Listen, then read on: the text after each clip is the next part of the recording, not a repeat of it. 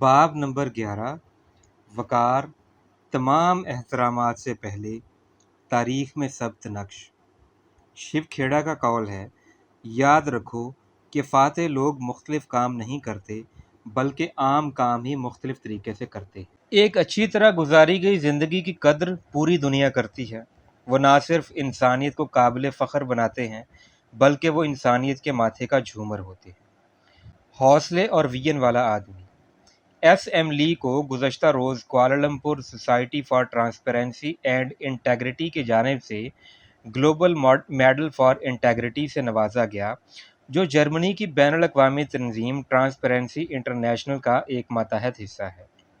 انہوں نے اپنے پیغام میں کہا کہ مسٹر لی کوان وزیر اعظم سنگاپور کو گلوبل میڈل فار انٹیگریٹی سے نوازا جاتا ہے، جنہوں نے اپنے دور حکومت کے کرپشن کو ختم کرنے کے لیے اہم کردار ادا کیا۔ اس دوران انہوں نے بہت مختصر عرصے میں سنگاپور کو ایک بالکل تبدیل شدہ جزیرہ بنا دیا۔ اس لیے یہ بالکل مناسب ہوگا کہ یہ نیا متعارف کروایا جانے والا ایوارڈ سب سے پہلے انہیں عطا کیا جائے، جس کے متعارف کروانے کا مقصد یہ ہے کہ یہ اعلیٰ سرکاری عہدیداروں، حکمرانوں اور خواتین کو دیا جائے جو اپنے ارد گرد یا خود پر منحصر لوگوں کی زندگی میں ایک فیصلہ کن تبدیلی لے کر آتے ہیں۔ موجودہ سنگاپور کی کہانی اس غیر معمولی شخص کی کہانی ہے جس کے ویژن، حوصلے اور استقامت نے ایک ایسا دیرپا معاشرہ تخلیق کرنے اور بلند اقدار کو متعارف کروایا جو آج دنیا کی نظروں کا محور ہے۔ سنگاپور ہر سال ٹرانسپیرنسی انٹرنیشنل کی کرپشن پرسیپشن انڈیکس پر سب سے کم کرپٹ ملک اسی شخص کی وجہ سے ہے، کیونکہ اس نے بہت سال پہلے اس کی بنیاد ڈالی تھی۔ اس ایوارڈ کی توثیق کرتے ہوئے ٹرانسپیرنسی انٹرنیشنل کے چیئرمین ڈاکٹر پیٹر آئن کا کہنا تھا، سنگاپور میں کرپشن کے خلاف لڑائی میں وزیر اعظم لی کوان کا کردار بہت اہم ہے اور اسے رول ماڈل مانا جانا چاہیے۔ ہم یہاں اس لیے اکٹھا ہوئے ہیں کہ ہم ایشیا کے اس سپوت کو خراج تحسین پیش کر سکیں جس پر ہم سب کو فخر ہے، کیونکہ اپنی ذاتی اور عوامی زندگی میں یہی وہ انسان ہے جسے ہم اشرف المخلوقات کہہ سکتے ہیں۔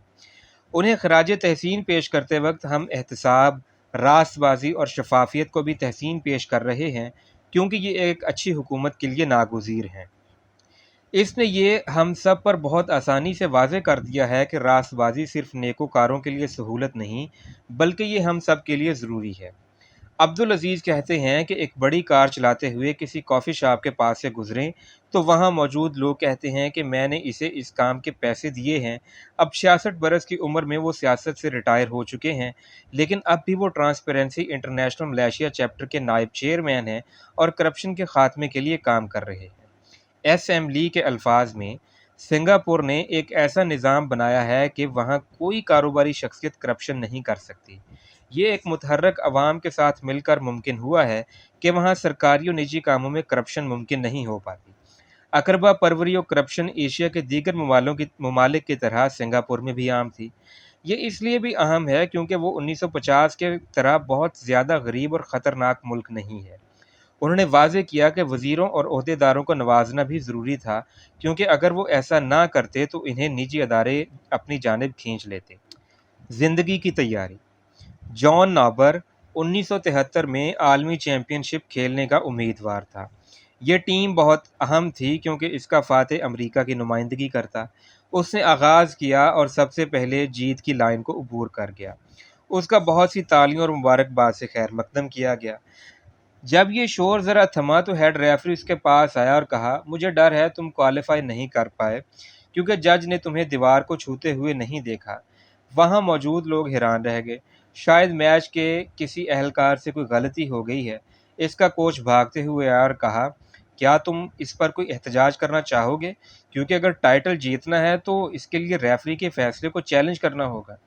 کوچ کو محسوس ہوا کہ نابر جیت سکتا تھا۔ عالمی ٹائٹل داؤ پر لگا ہوا تھا۔ کیا امریکہ کی نمائندگی سب سے تیز پیراگ کو نہیں کرنا چاہیے تھی؟ ایک نوجوان کا فیصلہ اسے اس اعزاز سے محروم رکھ سکتا تھا اور ساری زندگی اس فیصلے کا اس پر اثر ہوتا۔ یا تو وہ یہ فیصلہ قبول کر لیتا یا اس کے خلاف اپیل کرتا۔ یہ سب ایک لمحے میں ہونا تھا۔ اس نے خود سے کہا، میرے والدین نے مجھے دھوکہ دینا نہیں سکھایا۔ اس نے ایک فیصلہ کیا۔ اس نے بھیگی آنکھوں سے اپنے کوچ سے کہا، میں نے اختتامی دیوار کو نہیں چھوا تھا۔ اس کے دوست نہیں جانتے تھے کہ انہیں کیا کرنا چاہیے۔ اس کے دوست اور تماشائی چاہتے تھے کہ وہ شور کرے اور اس ناانصافی کے خلاف آواز بلند کرے، لیکن حقیقت یہ تھی کہ اس نے اصول کو توڑا تھا اور اس کے لیے اس کا محاسبہ ہونا چاہیے تھا۔ حقیقت یہ تھی کہ آپ جب گیم کھیلنے کا فیصلہ کرتے ہیں تو آپ کو اس کے اصولوں کی پاسداری کرنا پڑتی ہے۔ فٹ بال کے میدان میں ایسے نشان ہوتے ہیں جس سے پتہ چلتا ہے کہ آپ میدان سے باہر گئے ہیں۔ یہ بھی اہم ہے کہ جتنا اچھا کھلاڑی ہوگا اتنا ہی وہ اصولوں کا پابند ہوگا۔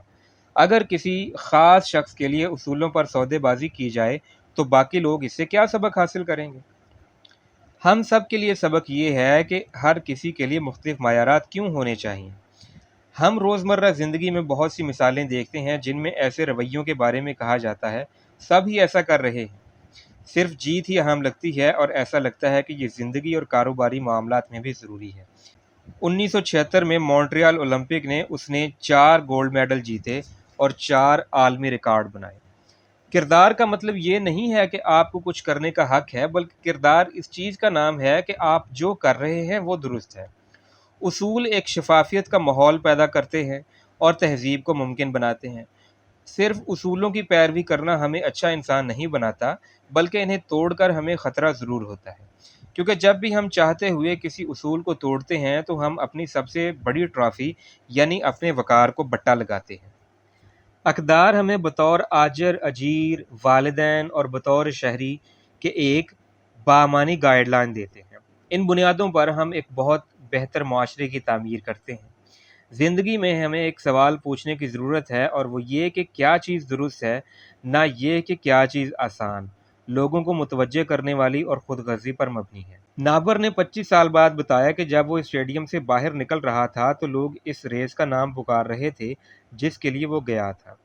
اسے ریس کے بارے میں سوچ کر بہت برا لگا، لیکن اسے اپنے فیصلے پر خوشی ہوئی۔ ایک ریس کا ہارنا اپنی عزت نفس کو ہارنے کا متبادل کبھی بھی نہیں ہو سکتا تھا۔ کیا اس میں زندگی کے لیے کوئی سبق تھا؟ لیکن جو بات ابھی بھی واضح نہیں ہوئی وہ یہ کہ اگر ریفری نہ دیکھتا تو کیا نابر خود کو اس ریس کے لیے نااہل کرواتا؟ اس سے بھی قطع نظر نابر کا یہ ایک بڑا فیصلہ تھا، اور اس میں ہم سب کے لیے ایک سبق ہے۔ 25 سال بعد جب وہ ایک باپ تھا تو اسے احساس ہوا کہ اس کے ایک غلط فیصلے کا اثر اس کی بیٹی پر کیسے پڑ سکتا تھا۔ وہ کیسے اپنی بیٹی کو یہ سبق دے سکتا تھا کہ احترام ہونا اور احترام کروانا دو مختلف باتیں ہیں۔ کردار کی مضبوطی سے محبت۔ اسکول میں میں کوئی اچھا طالب علم نہ تھا، بلکہ میں آخری بینچوں پر بیٹھتا اور دوسروں کے لیے بھی مشکل پیدا کرتا تھا۔ میں وہ بچہ تھا جسے کلاس میں داخل ہوتے ہی استانی کہتی کہ ایک کونے میں چلے جاؤ اور کھڑے ہو جاؤ۔ جب بھی میں اپنی استانی سے پوچھتا کہ میں نے کیا کیا ہے جو مجھے سزا دی جا رہی ہے، تو جواب ملتا کہ ابھی تم نے کچھ کیا ہی نہیں، لیکن تم ایسا کرو گے ضرور۔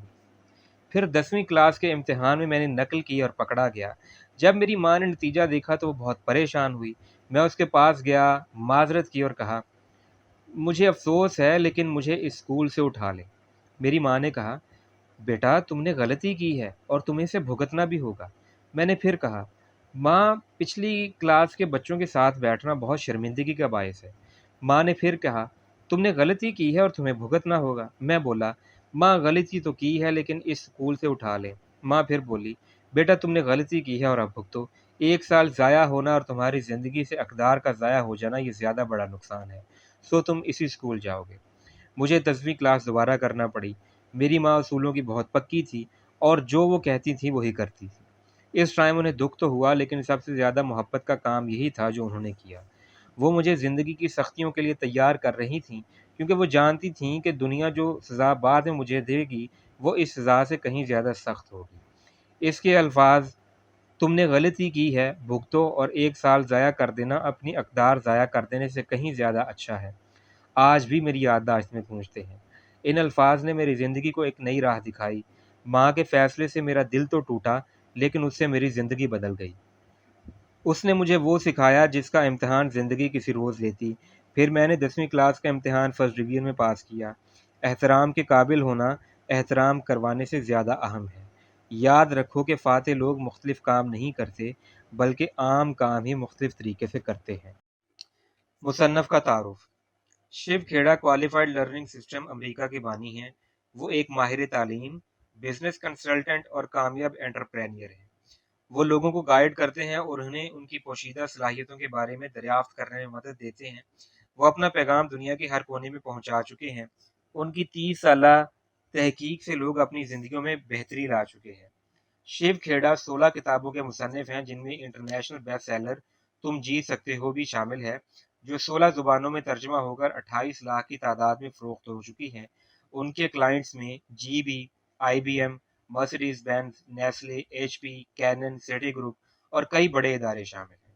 ان کی ورک شاپ سے ہزاروں لوگ فائدہ اٹھا چکے ہیں اور لاکھوں لوگ انہیں مہمان خصوصی طور ان کی ورک شاپ سے ہزاروں لوگ فائدہ اٹھا چکے ہیں اور لاکھوں لوگ انہیں مہمان خصوصی کے طور پر سن چکے ہیں۔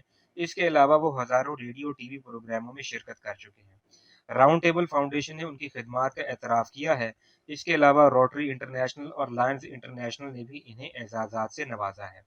ان کا ٹریڈ مارک ہے، فاتح کچھ مختلف نہیں کرتے بلکہ وہ عام کام ہی مختلف انداز میں کرتے ہیں۔ شیو کھیڑا کنٹری فرسٹ کے بھی بانی ہیں۔ یہ ایک نان پروفٹ ٹرسٹ ہے جس کا ویژن یہ ہے کہ ہر انڈین کی تعلیم کے ذریعے عزت کی جائے۔